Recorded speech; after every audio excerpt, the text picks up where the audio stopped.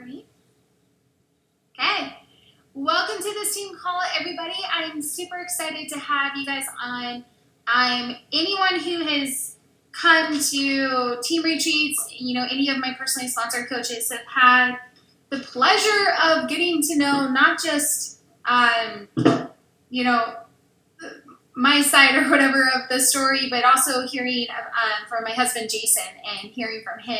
And so I'm really excited to have him get on this team call today and share with you guys some things that he's been learning that are applicable to this Team Beachbody business and the difference it can make in fueling you and the motivation that you have to do Beachbody. So Jayson is my husband here, so he's the other half of what I do and this Beachbody team. And so I'm going to go ahead and turn the time over to him, and he's going to go ahead and share a little bit of his story and explain how he got to be in this position where he is today, that he's sharing this with you guys. So Jayson, if you want to go ahead and click start broadcasting, I'll turn the time over to you.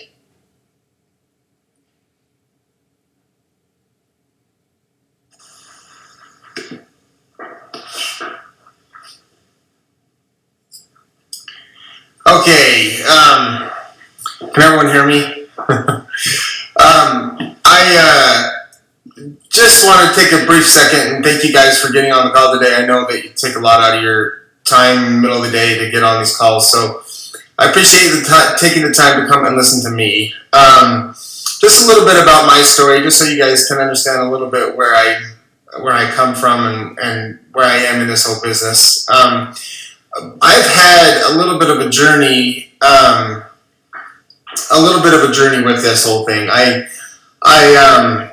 had the ability to kind of sit back and watch Brigitte over the last 4 years run this business and been super impressed and been able to see a lot of awesome things. My story kind of starts a little bit before that. I was always the one who had, from my entire life, I've always been a big dreamer and a big thinker and trying to go and have these big goals and do big things. And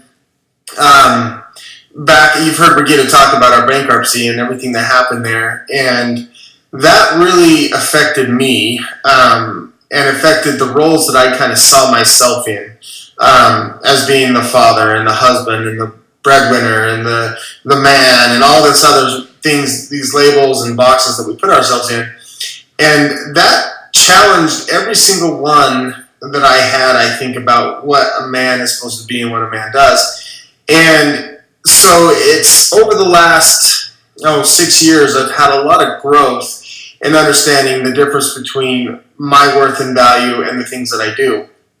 And over the last 4 years in Beachbody, it's helped me to really get clear on what my mission is as a person and who I am.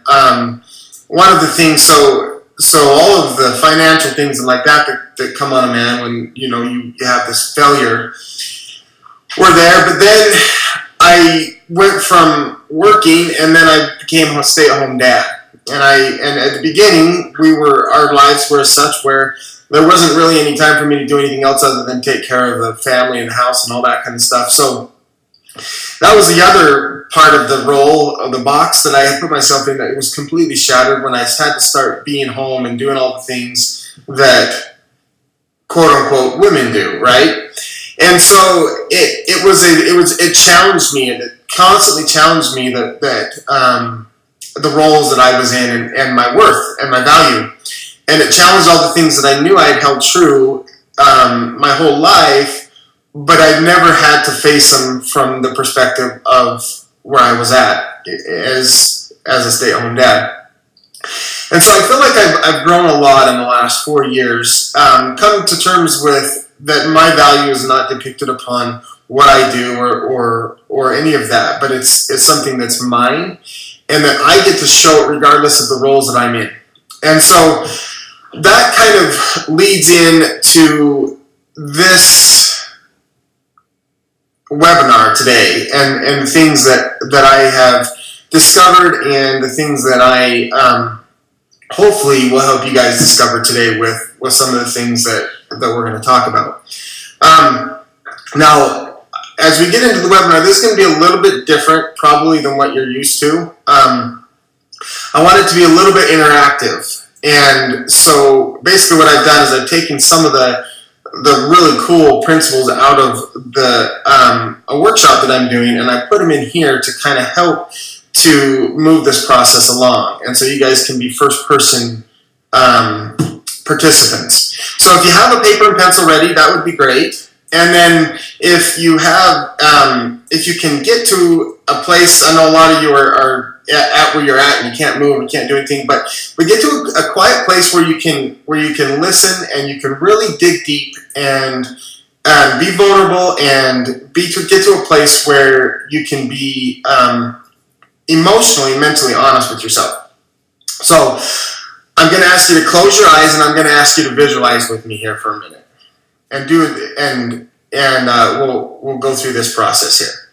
So in your mind's eye, I want you to see yourself going to the funeral, a parlor or chapel, and this is for somebody that you love.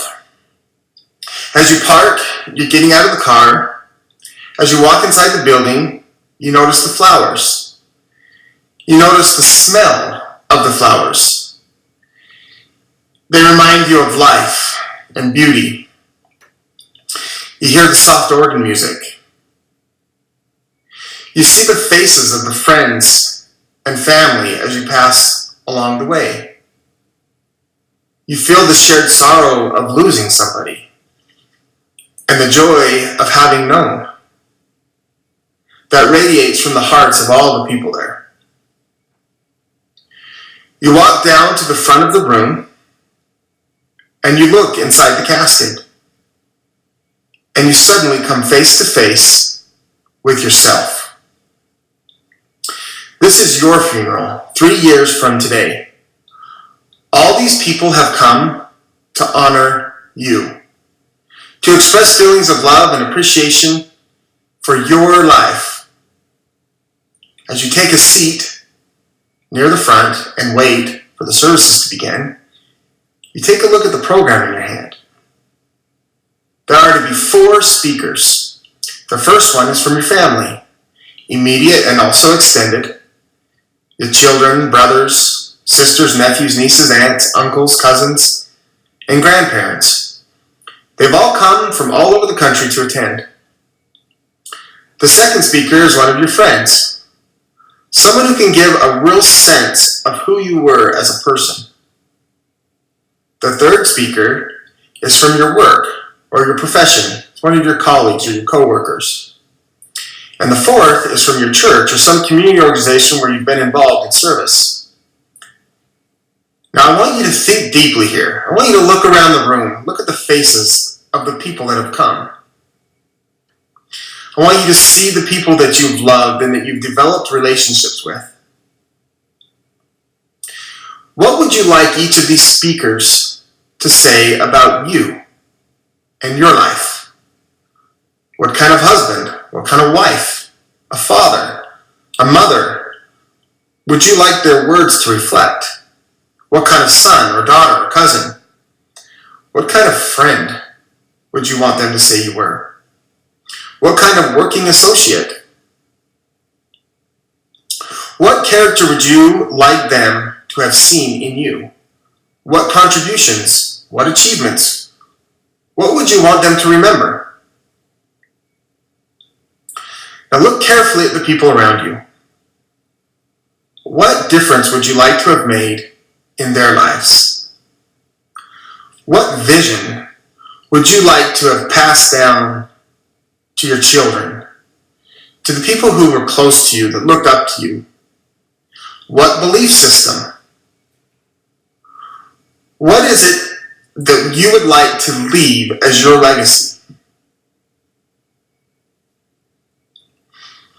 Okay, now, essentially what you're going to be looking at here is your eulogies. And so, right now, if you have time, I want you to take a second, write down some of the thoughts. Some of this, whether it's in a word, a value, sentences, whatever, just take some time, write down the things that you went through your mind on the way that you would want to leave this world, the way that you would want the people that mattered most to you to remember you, and the things that you were able to do.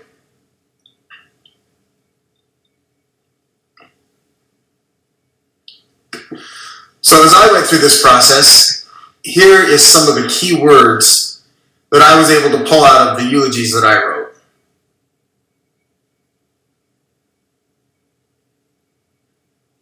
Now, if you participate in this visualization, you touch for a moment some of your deep, fundamental, guiding values.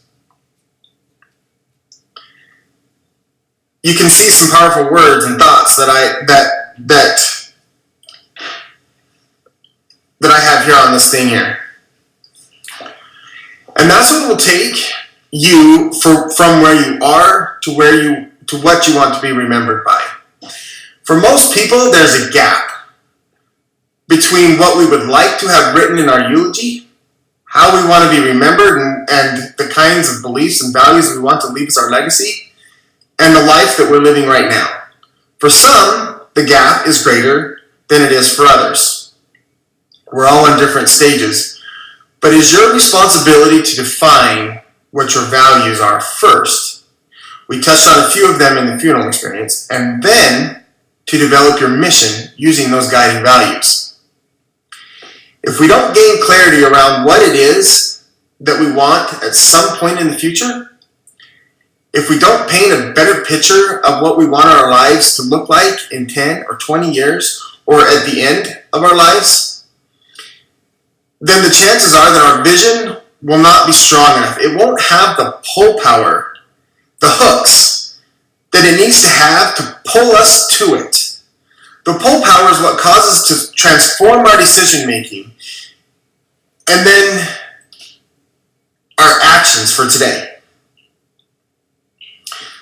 This is not just an intellectual vision or an intellectual choice, but it needs to come from a place of belief and conviction.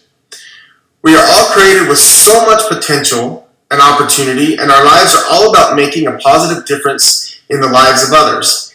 And that is how we live into our purpose.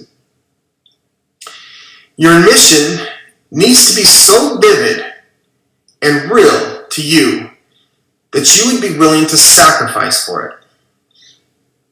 What are you willing to surrender for the cause of your mission? What can, or better stated, what should you let go of so that your vision, your mission, can blossom? For some, it's limiting beliefs. For others, it's fears. Those fears and limiting beliefs have been created to make us feel safe where we are.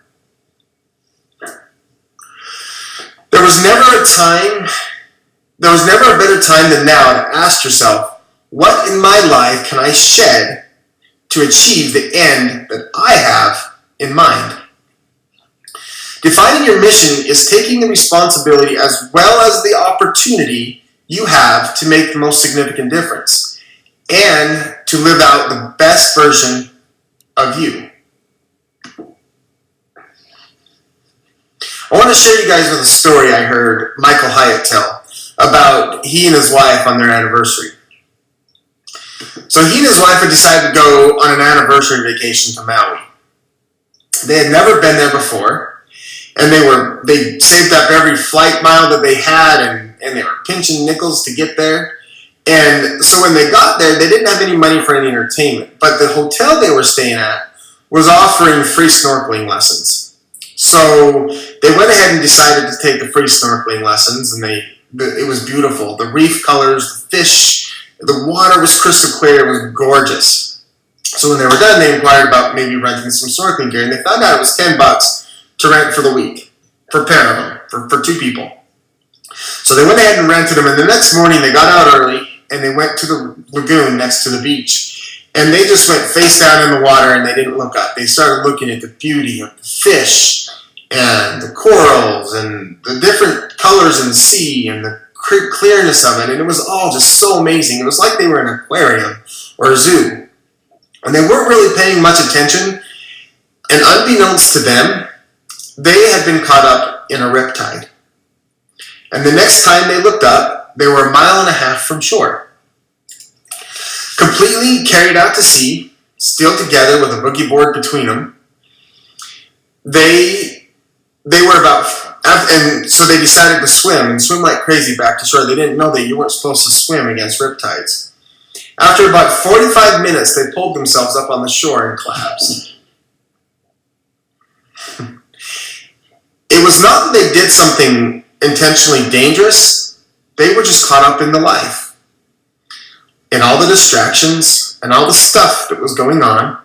And they got caught up in this drift, and they were taken far away from where they intended to be. If you think about the story, the drifting did not happen because of something that was bad. In fact, in most cases, it happens when things are good enough.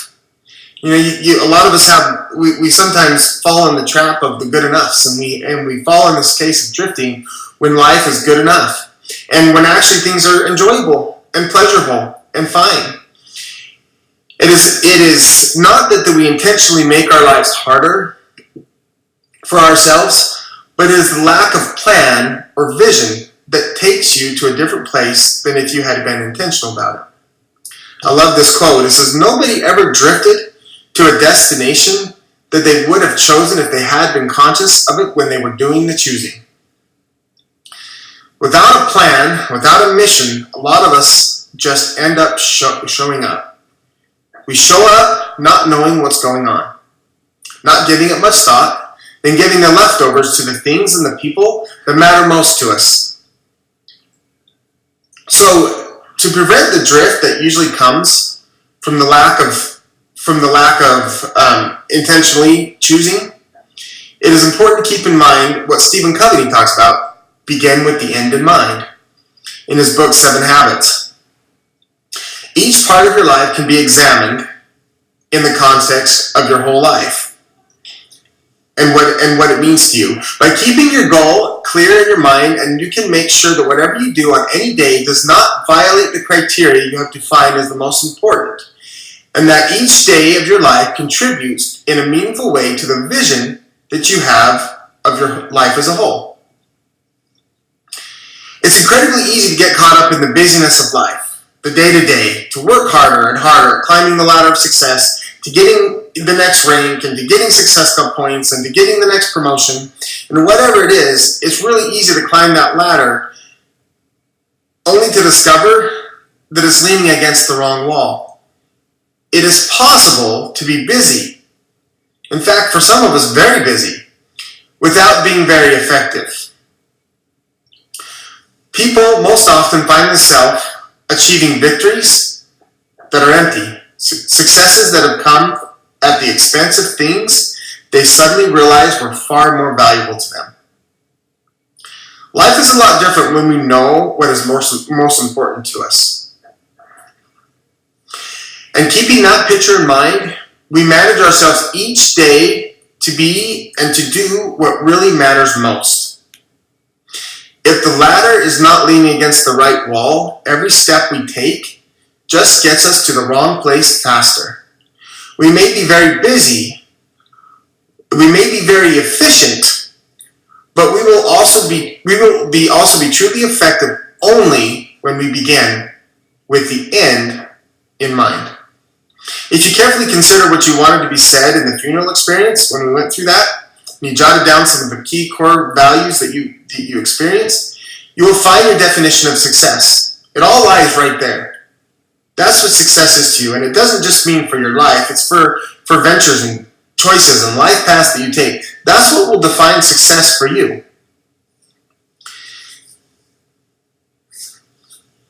When your vision and your mission are clear, then all of the production, all of the productivity that you have in your life will have a direction. But until you have a clear, concise mission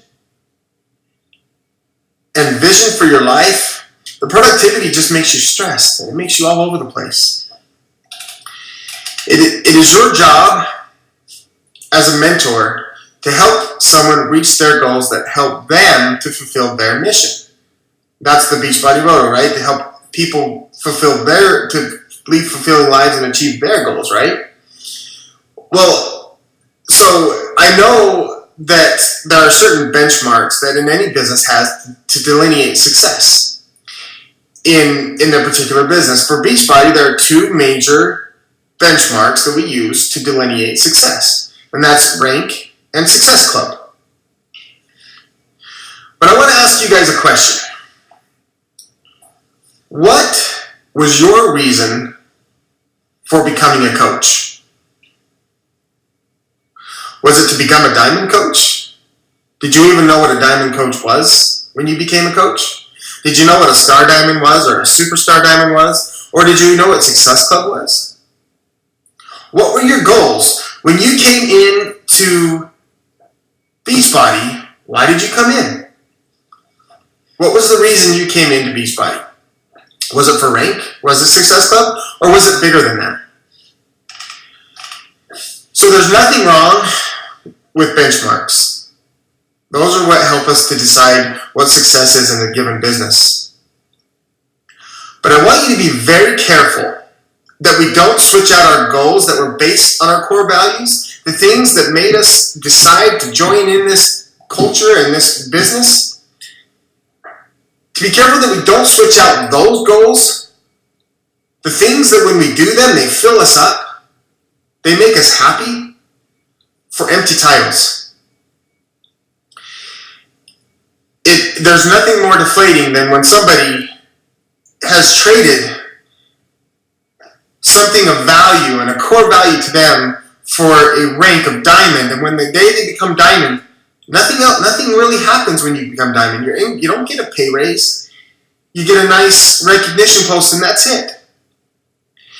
So it's important to make sure that we stay focused on our core values and the things that drive us and the things that make us the most happy and that fill us up the most. Those values, those core pieces of information that we have. So the next slide here is one called drive. So this is one of the things that has helped me in defining what I want and also what success means in any venture that I decide to take on. So I'm going to go through these briefly. And drive is an acronym. It stands for do. What do you want the solution to do for you? What must it achieve? Restrictions. What changes or impacts need to be avoided? What things do you not want to have happen? Some example of this is you may not want it to compromise the integrity you have. You may not want to run all your friends and family off and have to invite everybody to something. You may not want to have to go into debt for this solution. Whatever it is, whatever restrictions are there, put them down. Now, you guys, I want to go back for a bit. This is a blue sky thing here. This is anything goes. This is a no judgment zone, especially for yourself. Don't judge the things that you would put down here. This is something that you can write down, and you can go over this. You can go over it with your new coaches. But anything is possible here. And then, so after you have your restrictions, you go into investment. What am I willing to invest? Is it time? Is it TV? Is it money?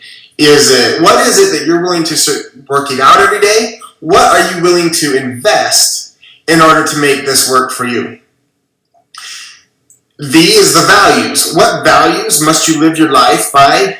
And when you're achieving these principles, what don't you want to compromise? What things are you going to do that no matter what? The values that have to be present in order for you to enjoy this journey and to feel good about it. Essential outcomes. Now this is the most important part. This is the pinnacle of this exercise. Essential outcomes are the non-negotiable measurements of success, other known as your success criteria. This is where you decide what success looks like after a year. What do you need to have it do for you? Now this isn't only good for you as Beachbody coaches, but it's also good for those who you bring on new. So you have a clear understanding of a success criteria for the people that you bring on. You know what success looks like to them in a year, in 2 years from now, or eventually when they are successful, this is what it will look like. So that when you can design their benchmarks so they're around the things that they call successful and not what you call successful. Because they may not think that a 5-star diamond coach is success. It might be making $1,000 so they don't have to stress about paying for food to put on their family's table. One is a lot more powerful than the other. So the essential outcome is the final product. And after you get done listing everything that you would like as an outcome, then you narrow it down to between 3 and 9 essential outcomes. So it's a manageable goal. So it's something that you can actually do. So whether it is for you or somebody you're mentoring, this is a great piece of information to have when you're supporting someone. It will help you stay on track when the busyness gets in the way, or the roller coaster we sometimes find ourselves on. When we get down, we can realize that, look, it's not about achieving the diamond rank necessarily, it's about getting this bigger goal. It's about what I came into this for. It's not these self-imposed goals that we put on ourselves once we learn what the benchmarks are in Beachbody. Your mission will be the declaration that will identify the areas of your life that will give you an opportunity, that you have been given the opportunity to steward or shepherd. Let me say that again. Your mission will be a declaration that will identify the areas of your life that you have been given an opportunity to steward or shepherd. Through this process, as you go through this and you design your mission statement, through this process you discover what do you need to be, and then what do you need to do to be that. Defining your mission is taking the responsibility that we have, as well as the opportunity you have to make the most significant difference and live out the best version of you. Now, I just want to share with you guys, this is a mission statement I did. I'm going to give you a link to actually a mission statement builder that you can go through and you can build your own. But I just want to read this to you, and just to give you an example of the kind of mission statements that you can come up with. I will seek to align myself with God first. So I will succeed at being a father and a husband first. I will seek to find gratitude in every circumstance. I will always lead with love first, especially with hard decisions regarding other people.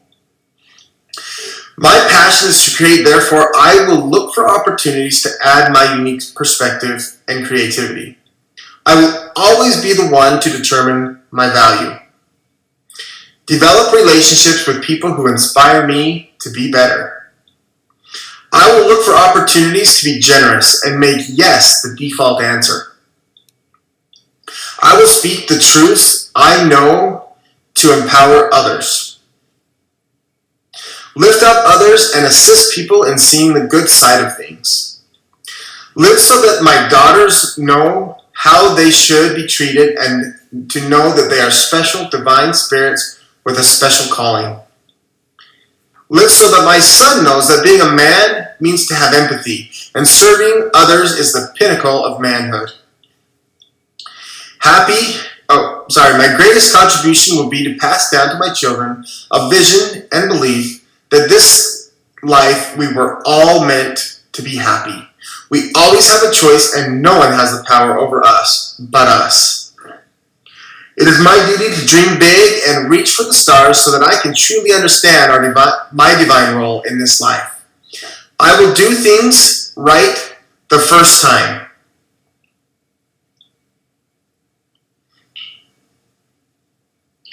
I will be unrelenting in pursuit of my passion and calling. I will always ask why.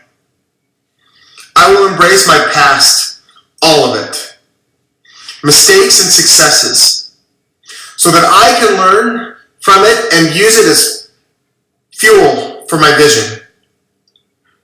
I will give others the benefit of the doubt. I will always look for the win-win. And I will let my faith dictate my path and not fear.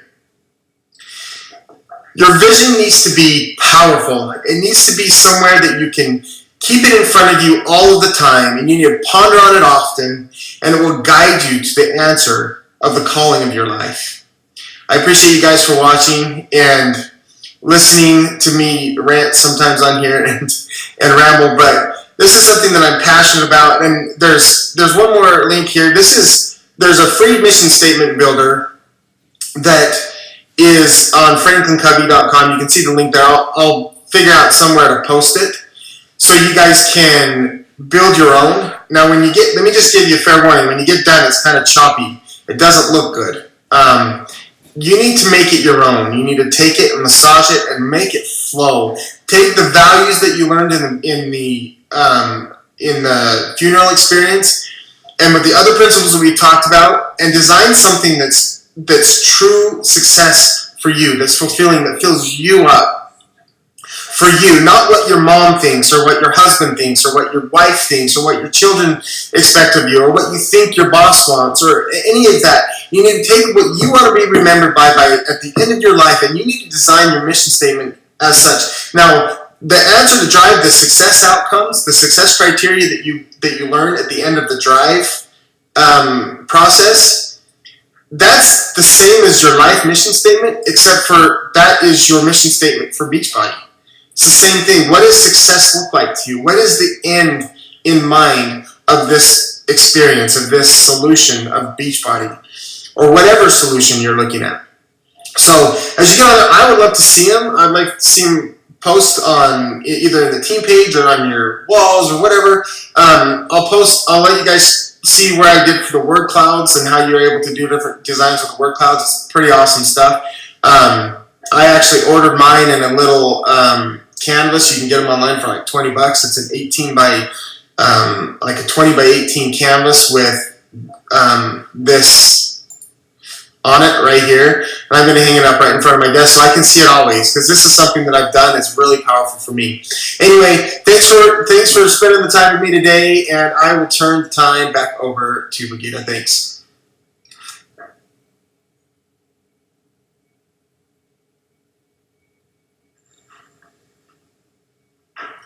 Thank you so much, Jayson. I just felt that this was such a powerful thing, because I just want to share with you guys, what we talk about in Beachbody is about this journey, about this path that you're on. And it's so good for us to set these goals that are Beachbody related, but it's important for us to realize that there's a greater thing going on, and that these rank goals and Success Club goals are like a stepping stone to achieve the greater good of what you're wanting to accomplish. And I just think for the journey that my husband has been on with, not working and realizing that does not define who he is, and that he can fulfill his life purpose in other ways and by doing other things, it is just such a core thing that I think every coach deserves to learn. And I see certain coaches on our team, certain coaches I see in the network who have that strong understanding of why they're doing this and what they want to accomplish in this world and what they want to be remembered as. And when I can clearly identify that a coach has that, like, they're unstoppable. Like, they just seem to accomplish so much more, but more than that, they're having fun and they're loving it and they're enjoying every single step of the journey. And so I just think this was such a needed webinar for our team to help walk you through the steps on how to identify that for yourself, because that's what life is all about, right? This is what it's all about. So thank you so much, Jayson, for doing this. I can't think of anyone better to walk everyone through this process. So it was really powerful. Thank you so much. And I love you, of course, so I'm really proud of you. Thank you guys all for getting on this call. I will post a recording in our team page. Thanks for getting on. Have a great day.